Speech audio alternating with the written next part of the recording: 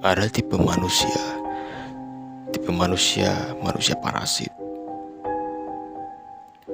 Manusia yang cuma mengulangi kata-kata dari orang lain, hanya membeokan kata-kata dari orang lain tanpa hasil dari proses berpikir mereka sendiri. Manusia yang gak punya pendirian, manusia yang ikut arus, manusia yang gak punya pemikiran secara mandiri, manusia yang picik. Orang Indonesia nggak kurang orang pintar, tapi kurang orang jujur.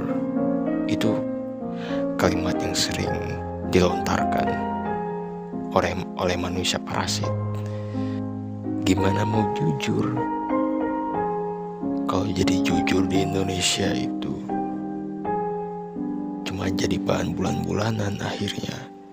Kalau jujur di Indonesia, jujur dan baik, akhirnya cuma dimanfaatin. Jadi jujur dan baik, akhirnya cuma jadi korban bully. Jadi jujur dan baik, akhirnya cuma jadi kambing hitam. Berapa banyak orang Indonesia yang berubah, yang tadinya jujur, lurus, baik, berubah ikut golongan orang-orang parasit ini, akhirnya mengalah pada mayoritas, sampai akhirnya ada kalimat, jadi orang jangan terlalu baik, nanti dimanfaatin.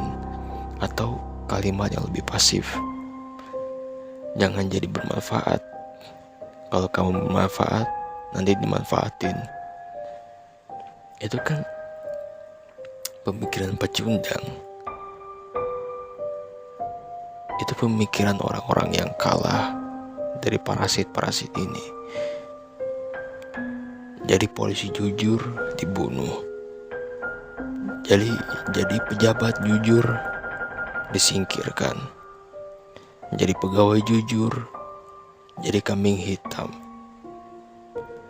Jadi kambing hitam dituduh ini itu padahal gak ngelakuin, karena orang diem.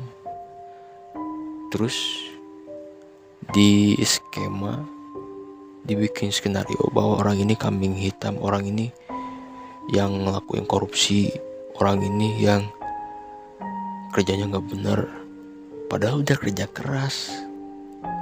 Yang kerja keras itu ditunggangin, diambil kreditnya, terus setelah kreditnya diambil, dianya dibuang.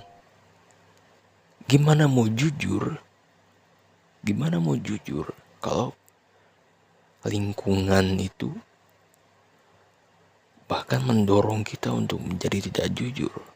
Ini kan seperti yang aku bilang sebelumnya, bahwa manusia itu adalah produk dari lingkungannya. Kalau lingkungannya penuh dengan kelicikan, kemunafikan, kecuali kalau dia orang yang kuat, orang yang memiliki prinsip, tapi akhirnya bahkan jika memiliki prinsip, orang itu akan masuk dalam tribalisme. Jadi mental kawanan tetap akhirnya. Itu manusia tipe parasit. Parasit yang hanya berkembang biak tanpa membesarkan, tanpa mendidik, tanpa mewariskan. Jadi gimana akan ada progres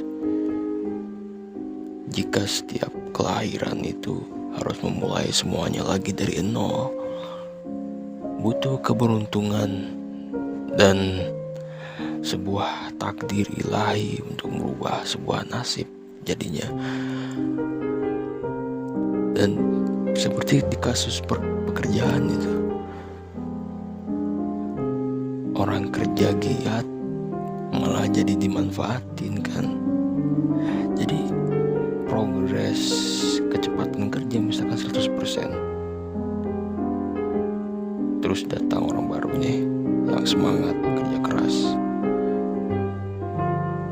Jadi kalau kecepatan kerjanya tetap sama, terus datang orang baru yang seharusnya dia menjadi 150%, hanya menjadi tetap 100%.